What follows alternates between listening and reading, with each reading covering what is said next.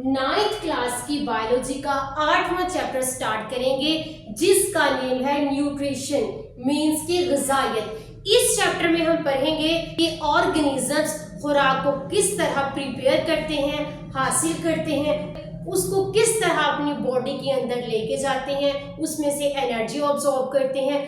इस सारे प्रोसेस को हम डिस्कस करेंगे। तो चलिए हम स्टार्ट करते हैं। सबसे पहले हम न्यूट्रिशन के बारे में देख लेते हैं।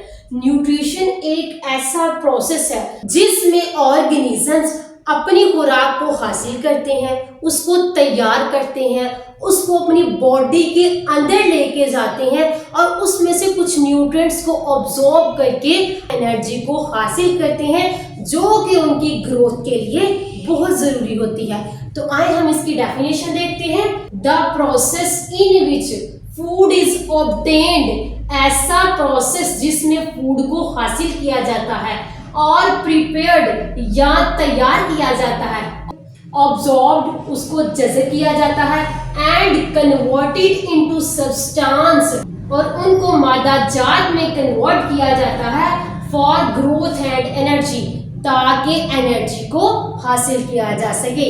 ये न्यूट्रिशन की डेफिनेशन हो गई।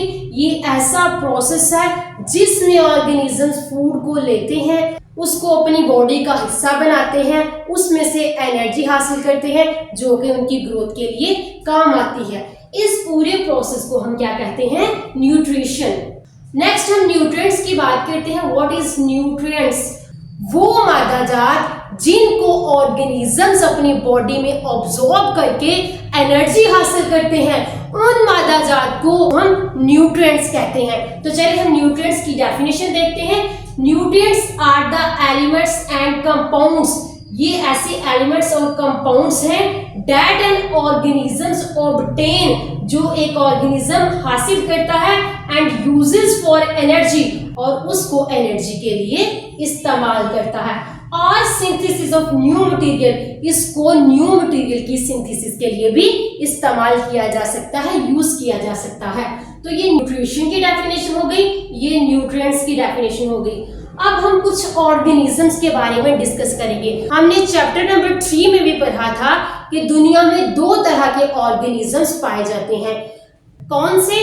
Autotrophic and heterotrophic. तो हम वन बाय वन इनको डिस्कस करेंगे कि ऑटोट्रॉफिक ऑर्गेनिजम्स कौन से होते हैं और हेटेरोट्रॉफिक ऑर्गेनिजम्स कौन से होते हैं। ऑटोट्रॉफिक की अगर बात करें, जैसे कि इसके नेम से ही पता चल रहा है, ऑटो का वर्ड ऑटोमेटिकली से निकला है और ट्रॉफिक का मतलब फूड रिलेशन से है। मीन्स के इसमें ऐसे ऑर्गेनिजम्स आ जाते हैं जो अपनी खुराक को खुद तैयार करते हैं, दूसरे ऑर्गेनिजम्स पे ये डिपेंडेंट नहीं होते।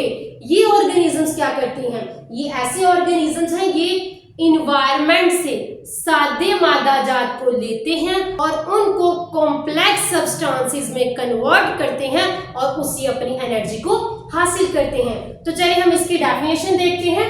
Autotrophic organisms, organisms obtain water, carbon dioxide and minerals from their environment, means कि ऐसे organisms जो वाटर, कार्बन डाइऑक्साइड और मिनरल्स को इन्वायरमेंट से लेते हैं, एंड प्रिपेयर देयर फूड, और अपनी खुराक को तैयार कर लेते हैं, which is then used for growth and energy, जो कि उनकी एनर्जी और ग्रोथ के लिए इस्तेमाल होती है।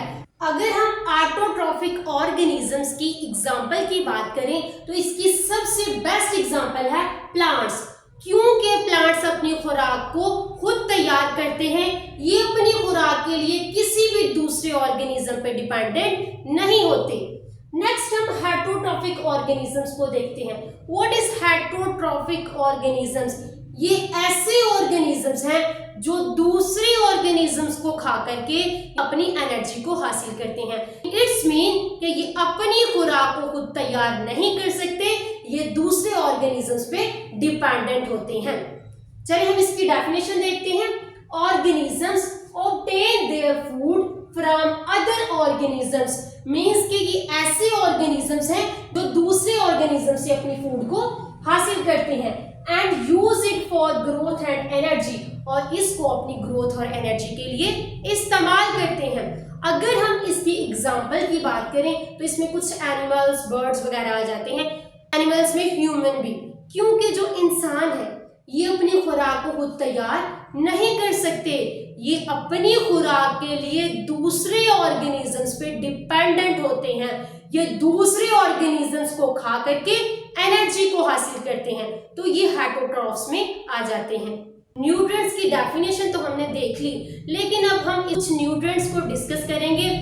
हमें इस चीज का आइडिया है कि जो प्लांट्स हैं वो अपनी एनर्जी के लिए कार्बन डाइऑक्साइड, ऑक्सीजन, वाटर और एलिमेंट्स को यूज करते हैं, लेकिन इनकी ग्रोथ के लिए कुछ मिनरल्स हैं जो कि बहुत जरूरी हैं।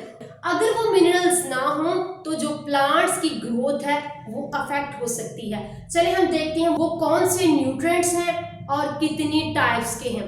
वो सबसे पहले है मैक्रो न्यूट्रिएंट्स। मैक्रो का मतलब होता है लार्ज, बड़ा, मीन्स कि ऐसे न्यूट्रिएंट्स जो प्लांट्स को लार्ज क्वांटिटी में रिक्वायर्ड होते हैं, मीन्स कि उन न्यूट्रिएंट्स की प्लांट्स को लार्ज क्वांटिटी में जरूरत होती है, बड़ी मकदार में जरूरत होती है, उन न्यूट्रिएंट्स को हम क्या कहते हैं? Macro nutrients.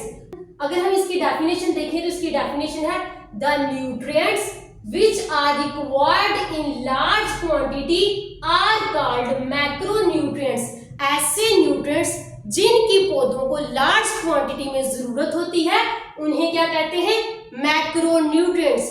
इसकी एग्जांपल देखी जाए तो इसमें कार्बन, हाइड्रोजन, ऑक्सीजन वगैरह आ जाते हैं। इसके अलावा कुछ ऐसे न्यूट्रिएंट्स हैं जिनकी प्लांट्स को जस्ट स्मॉल क्वांटिटी में जरूरत होती है, उनको हम माइक्रो न्यूट्रिएंट्स कहते हैं, क्योंकि माइक्रो का मतलब होता है स्मॉल, मींस कि ऐसे न्यूट्रिएंट्स की प्लांट्स को स्मॉल क्वांटिटी में जरूरत होती है। तो चलिए हम इसकी डेफिनेशन देखते हैं। The nutrients which are required in small quantity are called micro nutrients. इसकी एग्जांपल है आयरन, बोरोन, क्लोरीन, जिंक और मोलिब्डेनम वगैरह। तो ये आज हमने कुछ बेसिक डेफिनेशंस पर ही, जो कि 8वें चैप्टर के स्टार्ट में ही दी हुई है। उम्मीद करती हूँ कि आपको इस वीडियो की अच्छे से समझ आई होगी। शुक्रिया।